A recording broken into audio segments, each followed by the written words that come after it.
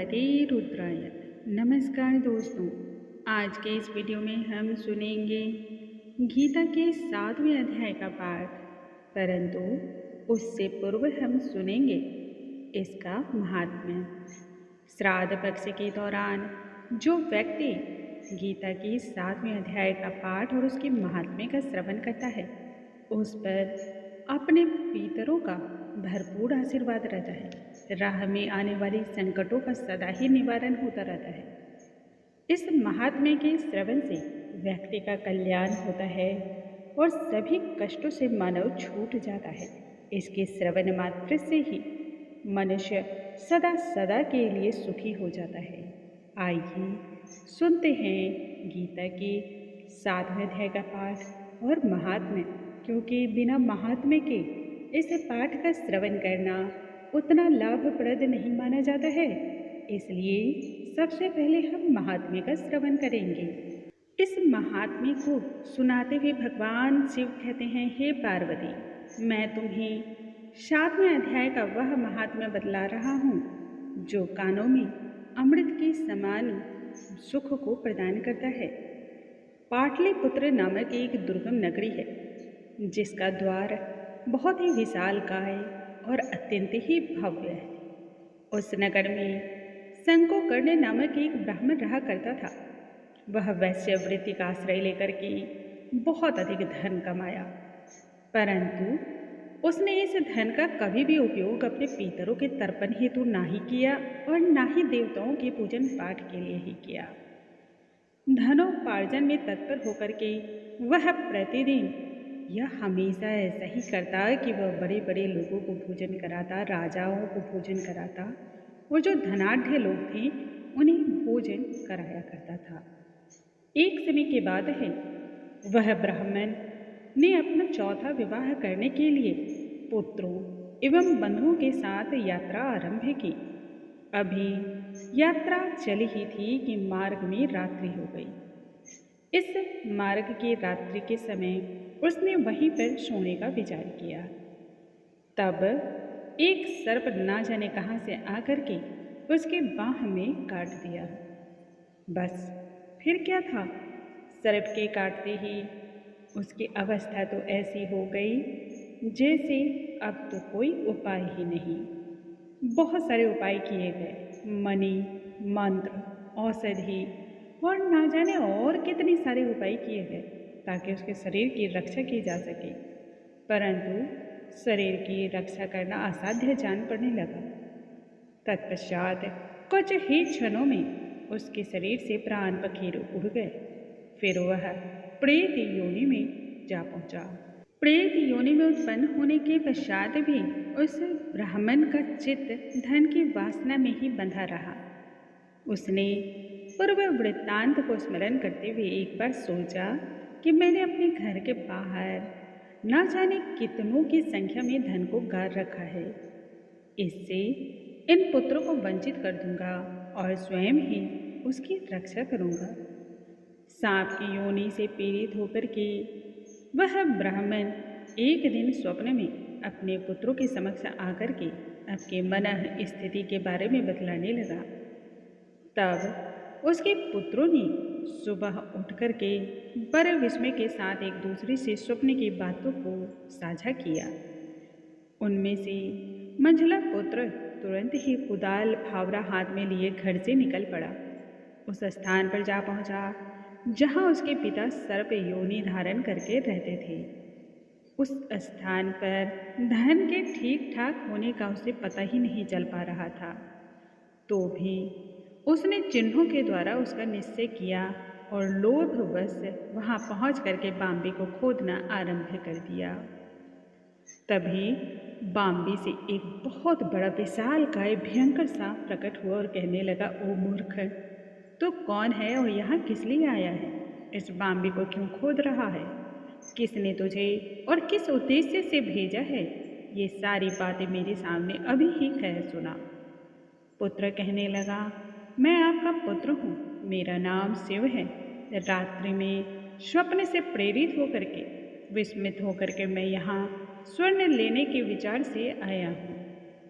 तब पुत्र की वाणी सुनकर के वह सर्प हंसने लगा और बोलने लगा, यदि तू मेरा पुत्र है तो सबसे पहले मुझे इस बंधन से मुक्त करा, क्योंकि पूर्व जन्म में गारे हुए धन के लिए ही मैं सर्प योनि में उत्पन्न हुआ हूँ। पुत्र कहने लगा, पिताजी आपके मुक्ति भला किस प्रकार से होगी, इसका उपाय मुझे बतलाइए, क्योंकि मैं इस रात में सभी लोगों को छोड़ करके आपके पास आया हूँ।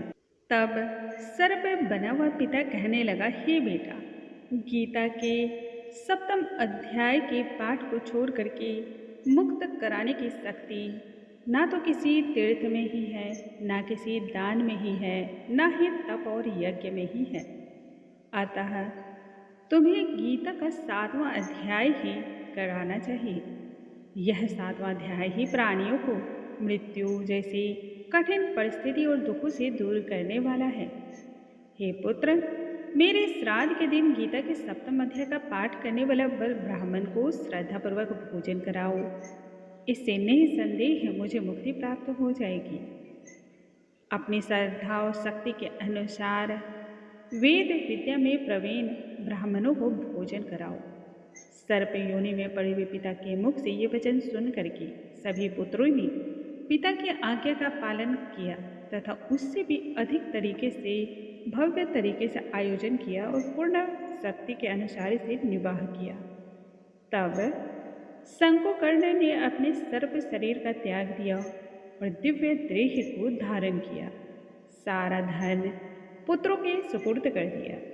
पिता ने करोड़ों की संख्या में धन धान्य उनमें बांटा, जिससे सभी पुत्र प्रसन्न हो गए एवं उनकी बुद्धि भी धार्मिक कार्यों में लग गई। इससे उस धन का सदुपयोग करते हुए पुत्रों ने बावड़ी, कुआं, पोखर, यज्ञ, मंदिर इत्यादि का निर्माण कराया। यज्ञशालाओं का निर्माण कराया गया और भोजनालय बनवाया गया। तत्पश्चात 7वें अध्याय का सदा ही जप करते हुए उन्होंने मोक्ष की प्राप्ति की। शिव कहने लगे, हे पार्वती, तुम्हें 7वें अध्याय का महात्म्य बतलाया है, जिसके श्रवण मात्र से ही मनुष्य सभी कष्टों से मुक्ति पा जाता है। यह मनुष्य का कल्याण करने वाला है। भगवान उवाच, हे पार्थ, मुझ में आसक्त चित्त भाव से मेरे मत के परायण होकर योग में लगा हुआ तू जिस प्रकार से संपूर्ण रूप से मुझको संचय रहित जानेगा, उसे सुन। तेरे लिए इस विज्ञान सहित तत्व ज्ञान को संपूर्णतः मैं कहूँगा, जिसे जानकर संसार में और कुछ जानने योग्य नहीं रह जाता। हजारों मनुष्यों में कोई एक प्रभु प्राप्ति के लिए यत्न करता है और यत्न करने वाले योगियों में भी कोई एक ही मुझे भले भांति जान पाता है। कहते हैं, पृथ्वी, जल, अग्नि, वायु, आकाश आदि से हमारा स्थूल शरीर बनता है। ठीक इसी प्रकार से मन, बुद्धि और अहंकार आदि सूक्ष्म तत्वों से शरीर बनता है। इस प्रकार यह 8 प्रकार से विभाजित मेरी ही प्रकृति अर्थात दुर्गा है। ये तो अपरा अर्थात कि इसके तुल्य दूसरी देवी नहीं है तथा उपरोक्त दोनों शरीरों में इसी का परम योगदान है। हे महाभाव, इससे दूसरी को जिससे यह संपूर्ण जगत संभाला जाता है। मेरे जीव रूपा चेतन दूसरी साकार चेतन प्रकृति अर्थात दुर्गा ही जान, क्योंकि दुर्गा ही अन्य रूप बनकर सागर में छुपी हुई धन, लक्ष्मी, सावित्री तथा उमा का रूप बनकर त्रिदेवों से विवाह करके जीवों की उत्पत्ति की कारक बनती है। इस प्रकार भूल भुलैया से युक्त प्राणी इन दोनों प्रकृतियों से ही उत्पन्न होते हैं और मैं संपूर्ण जगत को उत्पन्न तथा नाश करने वाला हूँ। हे धनंजय, मनुष्य सिद्धांत के दूसरे भी परम कारण नहीं है। इस संपूर्ण जगत सूत्र में मणियों के सदृश मुझ में ही गुथा हुआ है। हे अर्जुन, मैं ही जल में रस हूँ, चंद्रमा सूर्य में प्रकाश हूँ, संपूर्ण वेदों में ओंकार रूप से स्थित हूँ, आकाश में शब्द, मनुष्यों में पुरुषत्व हूँ। मैं हर जगह विद्यमान हूँ। पृथ्वी में पवित्र गंध और अग्नि में तेज स्वरूप भी मैं ही हूँ तथा संपूर्ण प्राणियों में उनका जीवन भी मैं ही हूँ। तपस्वियों के तप में भी मैं ही विद्यमान हूँ। हे अर्जुन, तू संपूर्ण प्राणियों का आदि कारण मुझको ही जान। मैं बुद्धिमानों की बुद्धि और तेजस्वियों का तेज हूँ।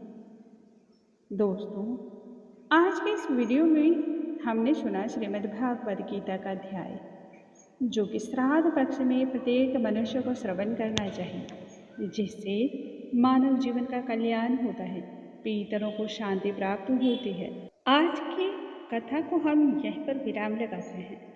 कल नए अध्याय के साथ और नई जानकारी के साथ हम फिर से मिलेंगे। तब तक के लिए नमस्कार।